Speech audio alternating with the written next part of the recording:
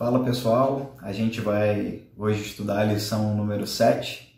A gente vai continuar dando continuidade à revista que a gente tem tentado aplicar a palavra de Deus, entender aquilo que Deus nos ensinou e aquilo que a gente, através da Bíblia, consiga ter como um suporte nesse período, né, tão esquisito que a gente já está vivendo há alguns meses, que é esse período da pandemia, uma revista específica para isso. E hoje a gente vai estudar a lição número 7, que tem o título Comunhão que resiste ao distanciamento. Eu vou convidar você a orar comigo para a gente iniciar o estudo. E hoje a gente vai estudar, o texto base vai ser a carta de Paulo aos Efésios, no capítulo 4, tá bom? Vamos orar. Deus, agradecemos a oportunidade de continuar estudando a Tua Palavra, a gente agradece o acesso, a gente agradece que por mais que estejamos distantes, o Senhor tem nos mantido unidos e principalmente nos tem dado todas as ferramentas para a gente continuar estudando a Tua Palavra. A gente agradece e a gente pede que essa aula seja mais uma forma de aprender um pouco mais do Senhor. Em nome de Jesus, amém. Bom, vamos abrir lá em Efésios 4. Efésios capítulo 4, eu vou ler do 1 ao 6, tá? Vou colocar o texto aqui do meu lado, como sempre, para auxiliar, mas sempre se lembrem que a vantagem daqui do YouTube é justamente essa. Se eu falar rápido, você consegue pausar, voltar e entender com mais calma. Vamos lá, carta de Paulo à igreja de Éfeso, Efésios, capítulo 4, a partir do versículo 1. Portanto, eu, prisioneiro do Senhor, peço-vos que andeis de modo digno para com o chamado que recebestes, com toda humildade e mansidão, com paciência, suportando-vos uns aos outros em amor, procurando cuidadosamente manter a unidade do Espírito no vínculo da paz. Há um só corpo e um só Espírito, como também fostes chamados em uma só esperança do vosso chamado. Há um só Senhor, uma só fé, um só batismo, um só Deus e Pai de todos, que é sobre todos, por todos e está em todos. A gente precisa lembrar um pouco a situação de Paulo, porque lendo esse texto talvez não fique tão claro o porquê que tem a ver com esse período que a gente está passando, né? O tema da lição, que é a comunhão que resiste ao distanciamento, é mais ou menos o que Paulo estava passando, só que Paulo estava numa situação pior que a nossa.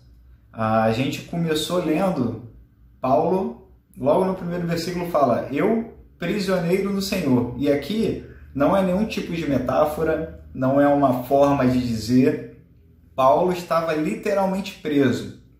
E onde que Paulo estava preso? Paulo estava preso Paulo estava preso em Roma, na cidade de Roma. E para a gente entender como que ele chegou nesse ponto de ser preso, a gente precisa só lembrar rapidamente da vida dele, para a gente se colocar onde que o texto está nos dizendo e começar as aplicações para a gente, para ficar tudo certinho, sem nenhum tipo de interpretação forçada. A gente estudou uma revista inteira sobre a vida de Paulo, e a gente viu que Paulo era fariseu, Paulo era da tribo de Benjamim, descendente da tribo de Benjamim, mas Paulo tinha uma característica diferente. Paulo era cidadão romano, ele tinha esse direito. Como eu expliquei lá, e como já tem um tempo, eu só vou relembrar como que Paulo tinha essa cidadania romana. Paulo era de Tarso, né, uma cidade lá na Turquia, que em 66, no ano 66 a.C., havia um imperador romano chamado Pompeu. Pompeu precisou fazer uma atividade bélica, uma atividade militar, pediu ajuda aos cidadãos de Tarso e o pessoal de lá, os homens de lá, ajudaram a Pompeu a defender o seu território. E em forma de agradecimento, o que Pompeu fez? Pompeu falou: a partir de hoje, a partir desse momento que os cidadãos de Tarso me ajudaram nessa empreitada militar, eles também vão ter o direito de serem cidadãos romanos. Então foi a partir daí que os moradores de Tarso, quem nascia em Tarso, também tinha a cidadania romana. E por que isso é importante, está sendo falado, está sendo relembrado agora? Paulo fez 3 viagens missionárias e no final da 3ª viagem missionária, ele foi acusado de ter profanado o templo levando um gentio lá no templo na cidade de Cesareia. E ele foi preso ali e naquela prisão Paulo, entendendo que o que Deus tinha para a vida dele era em Roma, Paulo, por ser cidadão romano, por conhecer os seus direitos, ele não quis ficar preso em Cesareia. Ele apelou a César, ele fez essa apelação que obrigava ali os soldados romanos a levarem ele para Roma para ser julgado em Roma. Então aqui, quando Paulo começa, eu prisioneiro no Senhor, Paulo está literalmente preso em Roma, numa prisão domiciliar. Certamente não era uma prisão domiciliar como nós conhecemos hoje, né, que os grandes empresários, os grandes políticos que são presos em casa têm as suas mansões. Não era esse tipo de prisão domiciliar, era um lugar provavelmente muito ruim, sem saneamento básico, direito, enfim, era um lugar ruim. E esse Paulo que estava preso em Roma, distanciado de todos, isolado, sozinho, começa a nos ensinar sobre a unidade da igreja, por mais que ele estivesse com um distanciamento forçado de todos os seus irmãos. E é interessante aqui, a revista começa a comparar como que o nosso povo aqui brasileiro é um povo que gosta de se abraçar, gosta de se encontrar. Qualquer coisa é motivo para ter uma festa, para ter um churrasco, para estar junto, para conversar, para tomar um café, seja lá o que for. A gente tem no nosso sangue aqui latino, né, o nosso povo aqui brasileiro, e ainda mais o Brasil, né, acho que até mais do que os outros países aqui em volta, a gente tem essa coisa de apertar a mão, de abraçar, de dar beijo, de estar junto. E isso tudo foi travado do nada por conta do vírus. Então, por sermos brasileiros e por sermos igreja do Senhor aqui, a gente também, enquanto irmãos, a gente tinha essa questão de estar junto, de se abraçar. Um dos momentos mais marcantes da nossa igreja é no momento ali, geralmente é no segundo louvor, né, que a gente vai se confraternizar com o nosso irmão, vai perguntar se está tudo bem, vai se abraçar, vai desejar que Deus abençoe ele, e a gente está sem isso, né? Como que é possível a gente continuar unido, junto, caminhando de uma forma em amor, sem esse contato que é tão natural para a gente, né? Esse é o nosso desafio. Então, a lição de hoje vai tentar relembrar, né, o conceito de unidade da igreja, o que nos torna um, o que nos faz um, e como que a gente consegue fazer isso sem estar nesse período, né, temporariamente, sem estarmos juntos.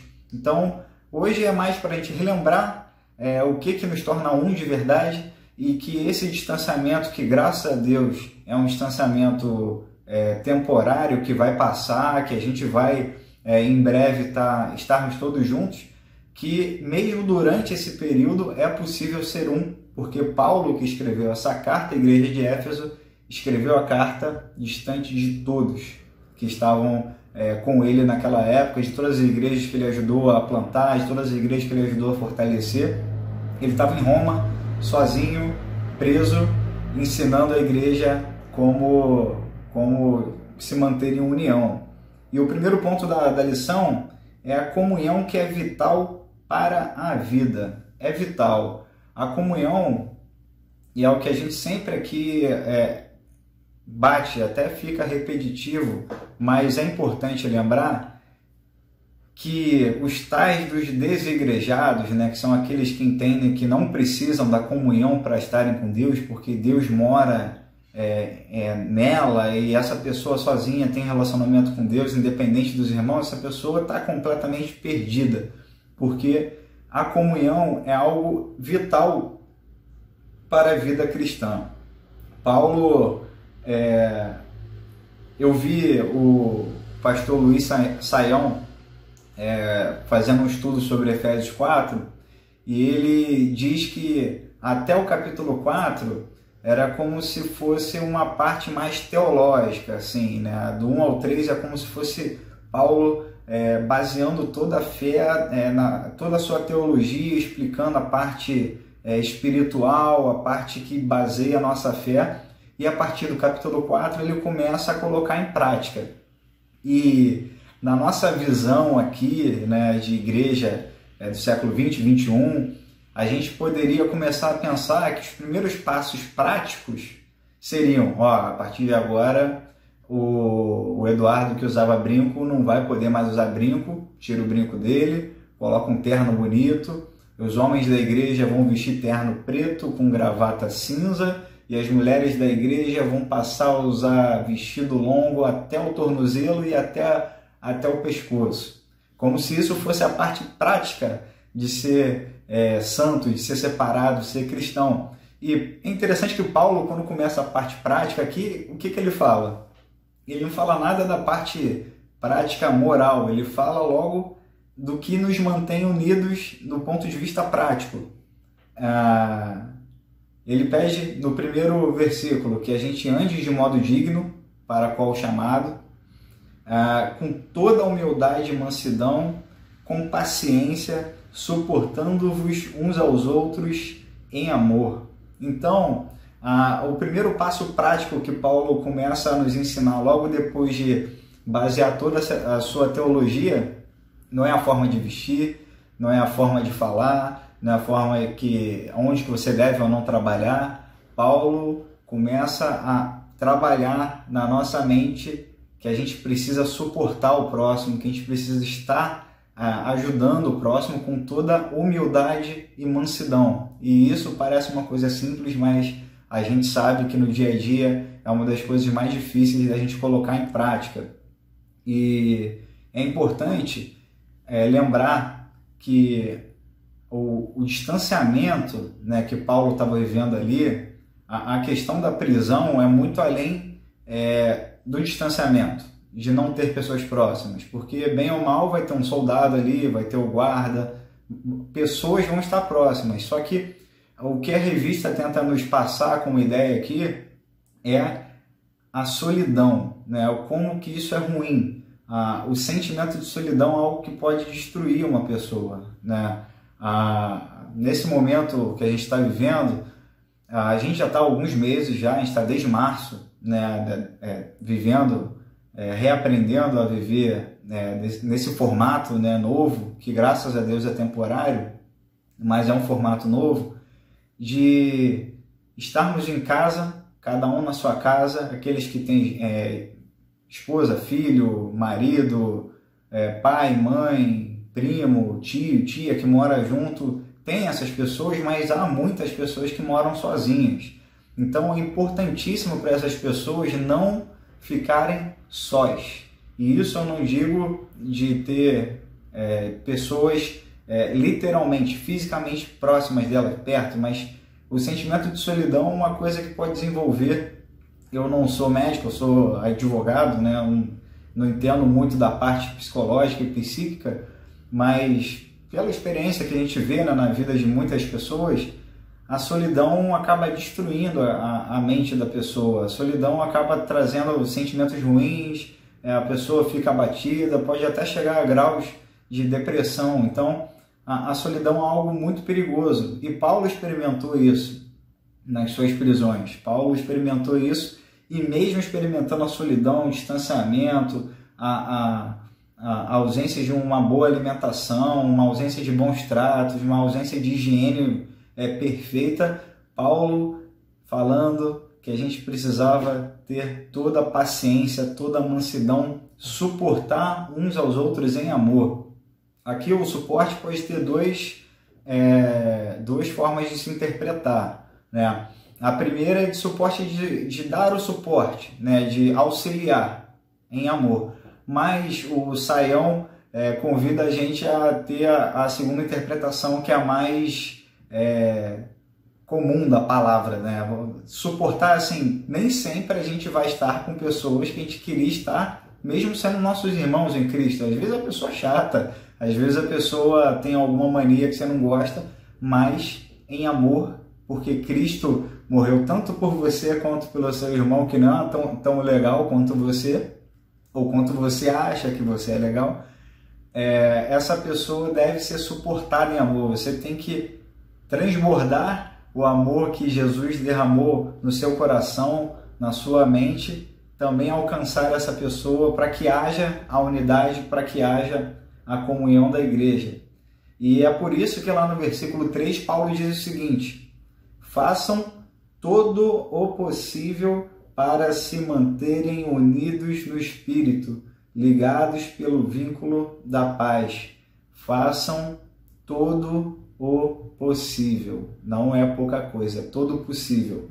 A gente às vezes deixa de falar com o nosso irmão, coloca em risco a unidade da igreja local ali, a comunhão da igreja local, por coisas bobas, e a gente nem chega perto de fazer todo o possível. Então, aprendam com Paulo, façam todo o possível. Ponto 2. A comunhão que é fruto da dependência. Aqui a gente precisa relembrar o velho conceito de corpo. Paulo fala logo no versículo 4, há um só corpo. E esse conceito de corpo é muito interessante, porque a gente sempre imagina o pé, a mão e tal, mas a revista trouxe uma ilustração muito interessante e eu acredito que esse segundo ponto vai ser até um pouco mais rápido, porque não tem muito mais o que a gente explicar sobre isso, a não ser o que eles nos convidaram a pensar aqui na revista, o que o pastor que escreveu essa lição nos convidou. Imagina a você um corpo sem a mente, sem o cérebro, sem aquele órgão que vai comandar todos os outros membros, né? Como se o pé esquerdo e o pé direito, cada um tivesse o seu cérebro, cada um fizesse o que quisesse. O exemplo que a revista trouxe é um pé está querendo correr e o outro pé está querendo andar. Vai cair, não tem como, o corpo não vai sustentar em pé. E o que isso traz para a gente na igreja?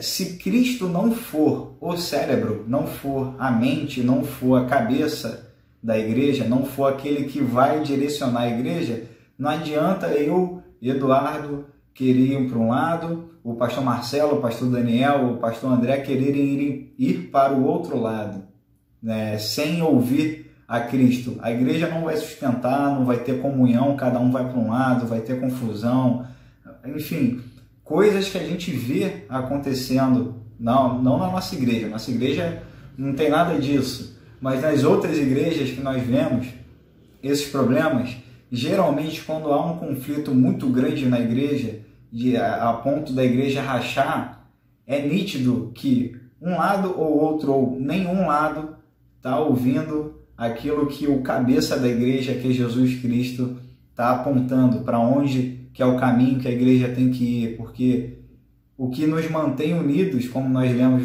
no versículo 3 desse capítulo 4, é o vínculo de paz e não de conflito. O último ponto dessa lição é a comunhão, que é presença mesmo na ausência. No final do versículo 6, Paulo diz assim: o qual está sobre todos, em todos e vive por meio de todos. Sem a presença de Deus na nossa vida é impossível a gente ter qualquer tipo de comunhão. Os discípulos começaram aqui, quando Jesus ascendeu aos céus, a experimentar um pouco daquilo que nós experimentamos hoje, que eles estavam acostumados a terem Jesus fisicamente do seu lado durante todo o ministério de Jesus. Jesus morreu na cruz, ressuscitou no terceiro dia e Jesus voltou para visitá-los, para que ele tinha prometido que voltaria antes de subir aos céus. Então os discípulos estavam acostumados a ter Jesus do lado, materialmente, fisicamente, com eles, durante todo o período até ele ascender aos céus. E a partir do momento que ele subiu, eles ficaram sem a presença física, mas continuaram com a presença de Jesus, que é aquilo que nós temos hoje, que é aquilo que é o cumprimento da promessa de Jesus, que ele estaria com a gente, conosco, todos os dias das nossas vidas, até que ele volte, até o final dos tempos, até que tudo seja resolvido por ele. Então, a comunhão que é presença mesmo na ausência. Mesmo ausente, a figura de Jesus fisicamente do meu lado aqui agora, eu sei que ele está comigo. Mesmo na ausência, ele está aqui. E o nosso desafio é que, da mesma forma que nós, por meio do Espírito Santo que habita em nós, não em mim, não em você, como nós aprendemos, mas em nós, através desse Espírito Santo, mesmo ausentes de tá todo mundo junto no culto, tá todo mundo junto nas células, como era antigamente, no churrasco, nas festas, independente da parte física, que o Espírito que nos une nos mantenha unidos, nos mantenha em comunhão.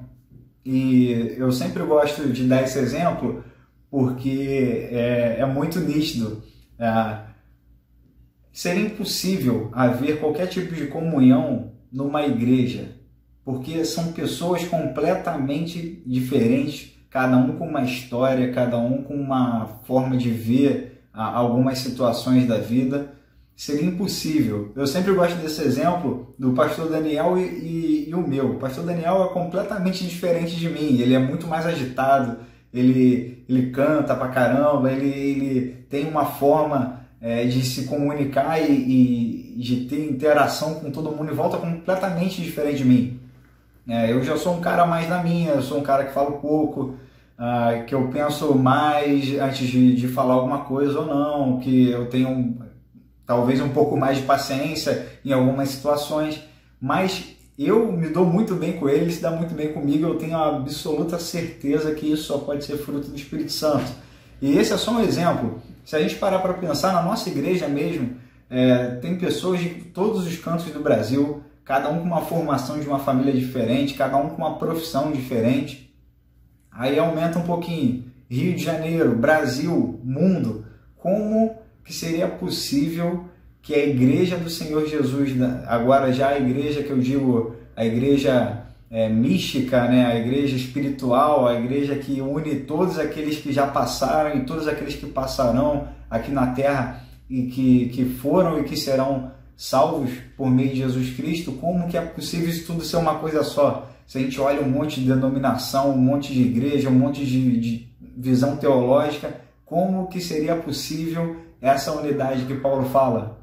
Seria impossível se não fosse uma coisa, o Deus para quem nada é impossível. O nosso Deus é um Deus que nos deu o privilégio de conhecê-lo, de conhecer o verdadeiro Deus, não um falso Deus. Deus deixou a sua palavra para a gente, Deus enviou o seu Filho para a terra, o seu Filho Jesus e Deus Pai deixaram o Espírito de Jesus aqui, o Espírito Santo de Deus com a gente. A gente tem todas as ferramentas, a gente tem tudo. A gente agora só não tem a nossa proximidade física, mas que isso seja somente um detalhe, um degrau para a gente passar esse período e que, por favor, meu irmão, se você estiver sentindo só, se você estiver numa solidão esquisita aí, se o teu distanciamento não tem gente em volta, não fisicamente, mas gente em volta te ligando, te fazendo videochamada, telefonando, mandando mensagem no WhatsApp, fazendo uma visita com distanciamento, com máscara, pede ajuda, fala com o pastor Daniel, com o pastor André, com o pastor Marcelo, comigo, com qualquer líder da igreja. A gente está aberto aqui para que a gente faça todo o possível para se manter em paz com todos, através desse vínculo da paz, que é um vínculo vindo de Cristo. Amém?